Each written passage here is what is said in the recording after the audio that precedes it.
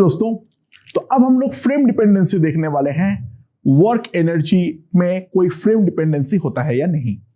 Let's see, एक simple question के through चालू करते हैं। इसमें क्या है, हमारे पास ग्राउंड है। ग्राउंड जो है वो कंप्लीटली स्मूथ एज्यूम कर लेना, ठीक है।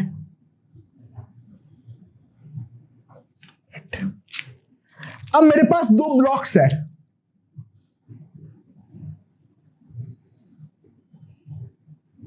मेरे पास एक लॉन्ग ब्लॉक है 2 kg का, और इसके ऊपर एक तरफ एक छोटा सा ब्लॉक रखा हुआ है।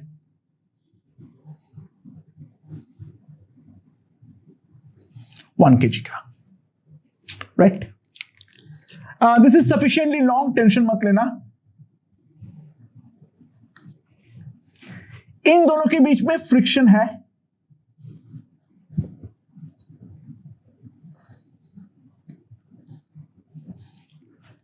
ओके, मैंने ये 1 kg वाले ब्लॉक का इस तरफ 3 मीटर पर सेकेंड से प्रोजेक्ट किया। ये जो 1 kg वाला जो ब्लॉक है उसको मैंने 3 मीटर पर सेकेंड से राइट की तरफ प्रोजेक्ट किया एज शोन। टेंशन मत लेना, ये कभी नहीं गिरेगा, ये सफिशिएंटली लॉन्ग है। तो calculate delta W by friction. Calculate the work done by friction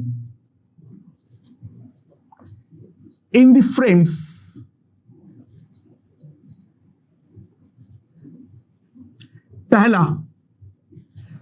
पहले ग्राउंड में एनालाइज करो, और दूसरा frame attach to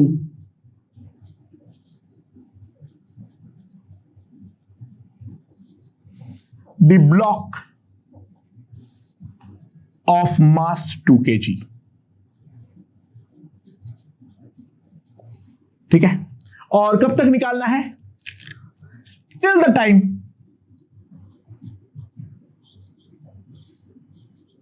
the time slipping stops.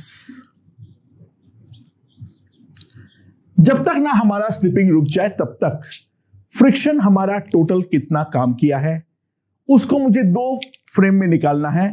पहला है ग्राउंड फ्रेम में, और दूसरा अगर मेरा फ्रेम जो है वो 2 kg वाले ब्लॉक पे अटैच्ड है, इन दैट केस। अच्छा, ऑब्वियस सी बात है, एक बात को हम पहले समझ लें, दोनों का आंसर अलग आना एक्सपेक्टेड है, क्योंकि एक हमारा इनर्शियल फ्रेम है और दूसरा हमारा नॉन इनर्शियल फ्रेम है, राइट। सो लेट्स सी क्या हो रहा है यहां पर, ठीक है। अच्छा, जैसे ही मैं यहां पर करना चालू करूंगा, जैसे ही मैं यहां पे धक्का मारूंगा, तो सिंपल सी बात है, दोनों बॉडी पे फ्रिक्शन लगना चालू होगा। इस तरफ लगेगा म्यू mg। म्यू जो है वो है हमारा 0.1, m जो है वो है 1 और ये है 10। तो ये मेरे पास कितना हो जाएगा? 1 न्यूटन का फोर्स इस तरफ लगेगा जो 1 kg वाला ब्लॉक को रिटार्ड करेगा, और 2 kg वाले ब्लॉक पे यही वाला फ्रिक्शन मेरा फॉरवर्ड डायरेक्शन में लगेगा 1 न्यूटन, सॉरी ऊपर के सरफेस में, राइट। तो इस कारण पे क्या होगा? ये वाला ब्लॉक का रिटार्डेशन क्रिएट होगा 1 मीटर पर सेकेंड स्क्वायर का, क्योंकि मास तो 1 kg है, और नीचे वाले ब्लॉक का एक्सीलरेशन क्रिएट होगा 0.5 मीटर पर सेकेंड स्क्वायर, और वो राइट की तरफ होगा। और स्लिपिंग तब तक चलती रहेगी जब तक ना दोनों का वेलोसिटी हमारा इक्वल हो जाए। तो slipping stops once the velocity of both the blocks become equal. अच्छा, तो ऊपर वाले का मैं वेलोसिटी क्या लिख सकता हूं, कोई भी जनरल इंस्टेंट पे v1 is equals to 3 minus 1 into t, और नीचे वाले ब्लॉक का मैं लिख सकता हूं v2 that is equals to 0.5 into t. तो v1 इक्वल्स टू v2 हमें करना पड़ेगा. तो v1 इक्वल्स टू v2 अगर मैं करता हूं तो 3 minus t is equals to 0.5 into t. So 1.5 t is equals to 3, यानी टी मेरे पास आ जाएगा 2 सेकेंड. टी मेरे पास जो है वो आ जाएगा 2 सेकेंड. तो जो फाइनल वेलोसिटी आएगी, जो हमारे पास फाइनल वेलोसिटी आएगी दोनों का, किसी भी एक से देख लो, एंड टी को अगर मैं पुट करूंगा that will be equals to 1 metre per second square.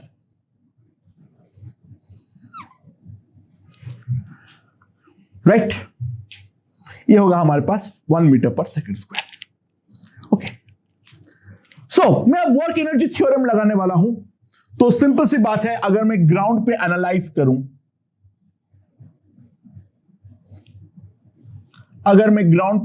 करूं, तो सिस्टम का जो इनिशियल काइनेटिक एनर्जी है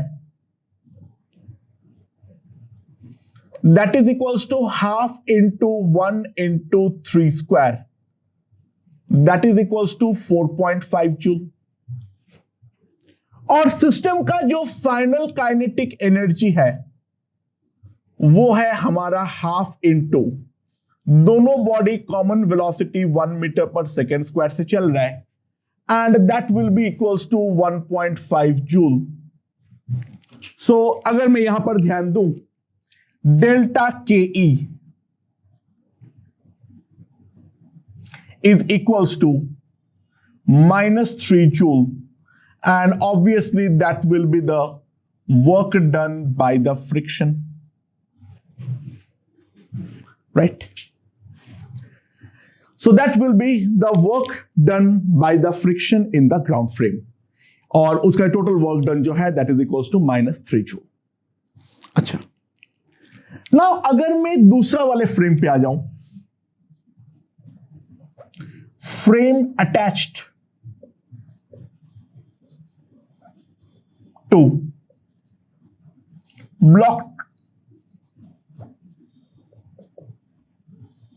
2 kg वाले ब्लॉक के साथ जो हमारा फ्रेम अटैच्ड है, मैं अगर उसके बारे में समझूं, सो अगर मैं देखूं यहां पर 2 kg वाले ब्लॉक, उस पे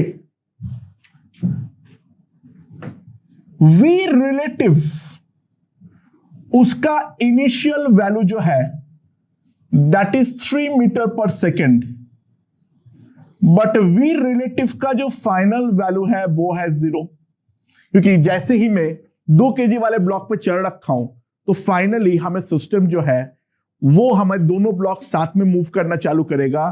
तो जो फाइनल रिलेटिव वेलोसिटी होगा that will be equals to 0. तो अगर मैं ध्यान दूं इस पर, काइनेटिक एनर्जी का जो इनिशियल वैल्यू है that is half into 1 into 3 square, वो तो 4.5 जूल है, that is equals to half into 3 into 0 square, that is 0 joule. तो अगर मैं ध्यान दूं, जो डेल्टा के ई यहां पर जो आ रहा है that is equals to -4.5 joule, and that is going to be the work done by the friction.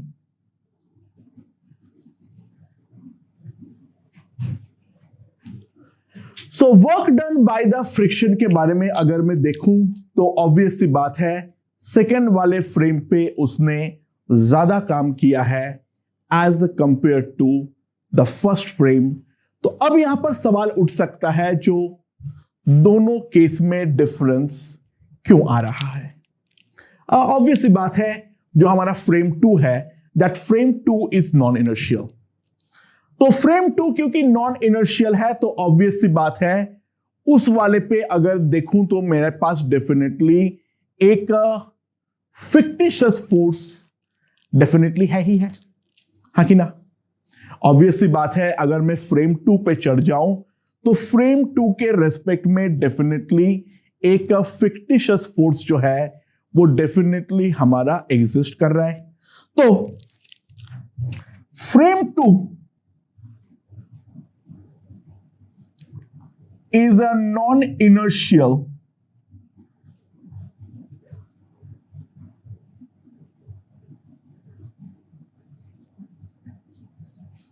frame, हाँ कि ना? So that implies a pseudo force exists. A pseudo force exists and some work will be done by this pseudo force। ये वाला जो हमारा pseudo force है वो definitely हमारा कुछ ना कुछ काम तो करने वाला है ही है, दैट्स फॉर श्योर।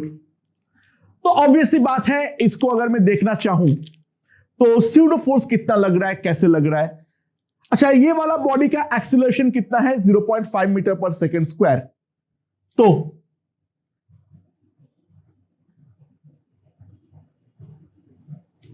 ध्यान देना, जो हमें स्यूडो फोर्स लगाना पड़ेगा 1 kg वाले ब्लॉक को एनालाइज करने के लिए, that is 1 into 0.5, that is 0.5 Newton. हमारे पास एक 0.5 न्यूटन का स्यूडो फोर्स जो है वो हमारा डेफिनेटली एग्जिस्ट कर रहा है ना। ये वाले ब्लॉक के रिस्पेक्ट में ऊपर वाले ब्लॉक को अगर देखा जाए, अगर नीचे वाले ब्लॉक के रिस्पेक्ट में ऊपर वाला ब्लॉक को देखा जाए, तो what will be the relative displacement? What will be the relative displacement? यानी जब तक ये स्टॉप ना हो जाए तब तक दोनों का रिलेटिवली कितना डिस्प्लेस हुआ है, लेट्स सी। अच्छा, ए रिलेटिव इज डेफिनेटली 1.5 और वी रिलेटिव में जो चेंज है वो है मेरा 3 metre per second. So 3 square is equals to 0 square, sorry उल्टा लिख दिया, 0 square equals to 3 square minus twice a into s. तो जो डिस्प्लेसमेंट होगा that will be equals to 3 metre, that is the relative displacement. और ये वाले relative displacement पे, ये वाले रिलेटिव डिस्प्लेसमेंट के अगेंस्ट काम किया है 0.5 न्यूटन। ध्यान देना, ये डिस्प्लेसमेंट जो हुआ है वो है हमारा 3 मीटर का टुवर्ड्स राइट। जो स्यूडो फोर्स है वो हमारे पास है टुवर्ड्स लेफ्ट 0.5 न्यूटन। तो work done by the pseudo force that will be equals to 3 into 0.5 into cos of 180 degree, that is equals to minus 1.5 joule. तो pseudo force का जो काम आया है that is equals to minus 1.5 joule. तो दोस्तों ध्यान देना, जो हमारा दोनों फ्रेम में डिफरेंस आया है वो बेसिकली हमारा स्यूडो फोर्स का जो वर्क डन है उसके कारण आया है। ऑब्वियस सी बात है, यहां पर हमारा दोनों फ्रेम क्योंकि एक इनर्शियल है और एक नॉन इनर्शियल है, तो ऑब्वियस सी बात है वर्क जो है वो दोनों फ्रेम में अलग आना चाहिए था, जो कि साफ साफ हमारा अलग आया भी है। अच्छा, लेकिन अब सवाल आता है, क्या दोनों इनर्शियल फ्रेम में भी हमारा वर्क सेम आएगा या नहीं आएगा? Let's see. क्या है मेरे पास, ये एक ट्रेन है, ये ट्रेन जो है वो कांस्टेंट वेलोसिटी v नॉट से टुवर्ड्स राइट जा रहा है, ठीक है। ये ट्रेन के ऊपर एक टेबल है, स्मूथ टेबल है, और इसके ऊपर एक ब्लॉक रखा हुआ है of mass m। It's a smooth table, ठीक है। अच्छा, दो बंदा है, एक ट्रेन के अंदर है और एक जो है वो हमारा ग्राउंड पे है,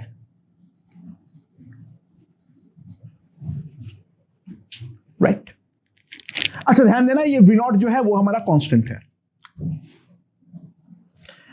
तो एक चीज अगर हम ध्यान दें, ये वाला फ्रेम जो है ये भी इनर्शियल फ्रेम है, ये भी इनर्शियल फ्रेम है, क्योंकि हमारे पास अगर कांस्टेंट स्पीड के साथ जा रहा है कोई भी फ्रेम, तो उसको हम लोगों ने न्यूटनियन मैकेनिक्स पे ऑब्वियस सी बात है इनर्शियल फ्रेम लेते हैं।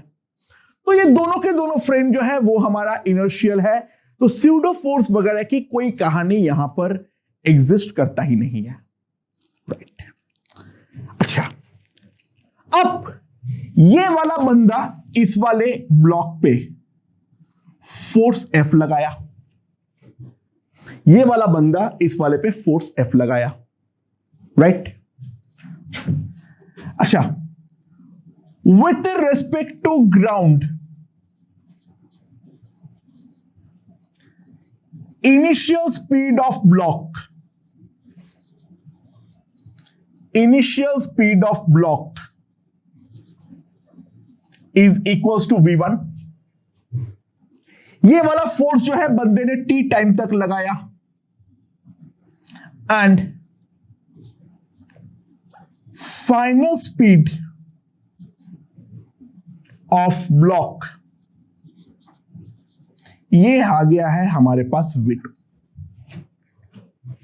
ग्राउंड वाला बंदा ये देख रहा है, राइट। तो अब हमें देखना है, कैलकुलेट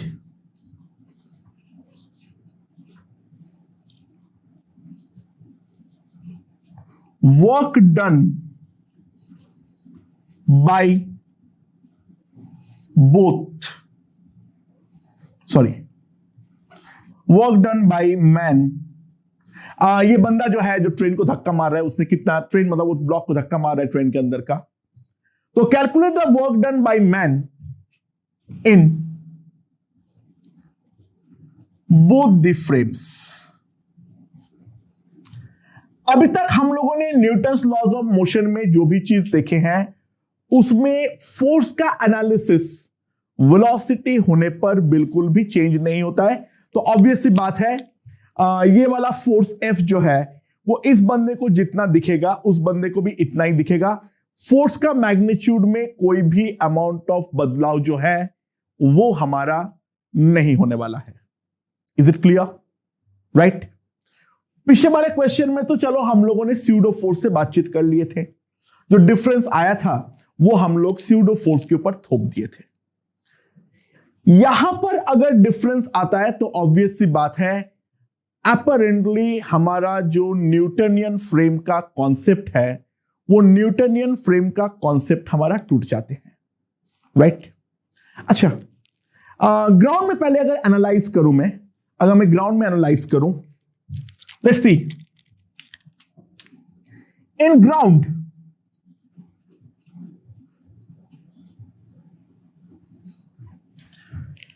जो हमारा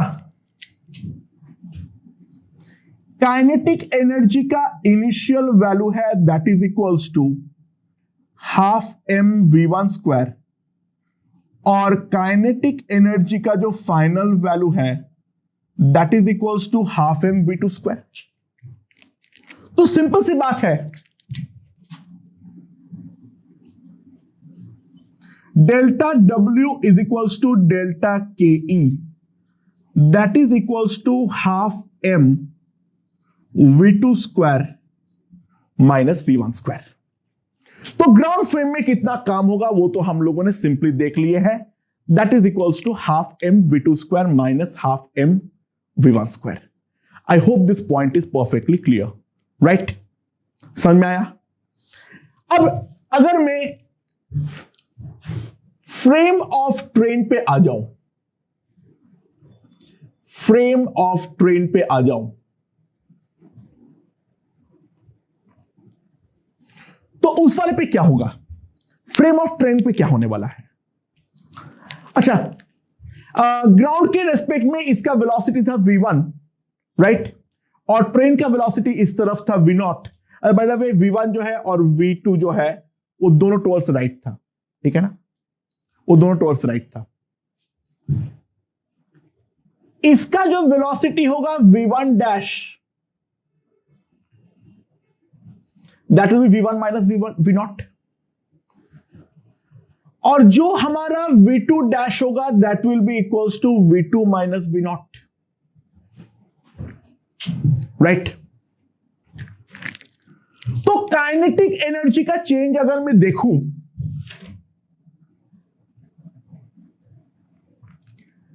काइनेटिक एनर्जी का इनिशियल वैल्यू कितनी होगी?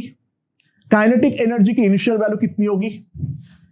Half m v1 minus v0 का होल स्क्वायर, और काइनेटिक एनर्जी की फाइनल वैल्यू होगी half m v2 minus v0 का whole square.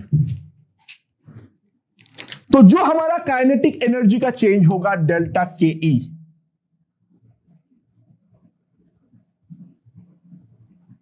that is the final value of kinetic energy minus the initial value of kinetic energy, and that will be equals to half m v2 minus v0 का whole square minus v1 minus v0 का whole square, right? So half m v2 square minus 2 v2 v0 plus v0 square minus v1 square plus 2 v1 v0 minus v0 square. So now v0 square is cancelled, so that will be equals to half m v2 square minus v1 square plus m v0 into minus m v0 v2 minus v1, and we can clearly see ये जो हमारा work done है ये हमारा क्या होगा? This is equal to delta W dash. तो clearly we can see delta W dash is lesser than delta W, यानी सिंपल सी बात है, इसका जो डिफरेंस होगा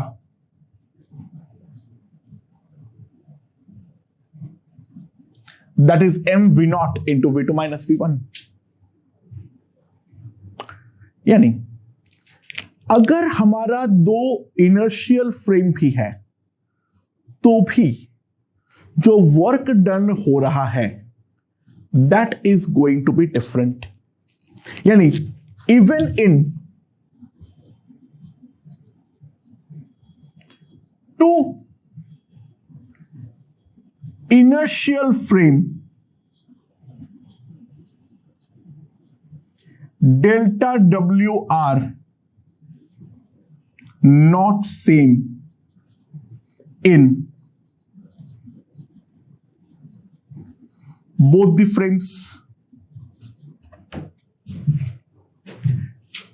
So न्यूटन भाई साहब का जो कहना था, जो दोनों न्यूटनियन फ्रेम एग्जैक्टली आइडेंटिकल होता है, तो अपरेंटली वो हमारा जो है वो राइट नाउ फॉल्स नजर आ रहा है, क्योंकि सिंपल सी बात है, मैं देख सकता हूं दोनों वर्क हमारा डिफरेंट आया है। So Newtonian principle right now seems to be perfectly broken. Right? Newtonian principle right now seems to be perfectly broken. Unless and until मैं इसको एक्सप्लेन कर पाऊं, इसका कोई एक्सप्लेनेशन दे पाऊं, राइट नाउ मुझे परफेक्टली यही नजर आ रहा है जो हमारा न्यूटनियन प्रिंसिपल है, जो दोनों के दोनों फ्रेम हमारे इक्विवेलेंट होता है इन टर्म्स ऑफ फोर्स, वो राइट नाउ हमें गड़बड़ नजर आ रहा है। क्योंकि दोनों को फोर्स तो डेफिनेटली सेम दिख रहा है, लेकिन दोनों ने जो वर्क किया है वो हमारा दोनों फ्रेम में अलग अलग है। जो मूविंग फ्रेम है, दैट मूविंग फ्रेम में work done is definitely lesser than the work done in the ground frame. क्या है इसका एक्सप्लेनेशन? ये वर्क में डिफरेंस आने का कारण क्या है? अच्छा, न्यूटनियन फ्रेम में बाकी सब चीज फोर्स का एनालिसिस तो सेम होता है, लेकिन displacement are bound to be different. हमें दिखा देना पड़ेगा जो डिफरेंस आया है, वो डिफरेंस अगर नहीं आता तो न्यूटनियन फ्रेम हमारा गलत होता। न्यूटनियन फ्रेम का जो इक्विवेलेंस है वो फंडा हमारा गलत होता। हमें बेसिकली यहां पर यह प्रूव करना है सबसे पहले जो न्यूटनियन फ्रेम जो है वो एक्चुअल में हम डिस्प्लेसमेंट गलत निकाल रहे हैं, इसी कारण पे प्रॉब्लम आई है। लेट्स सी क्या होता है। ओके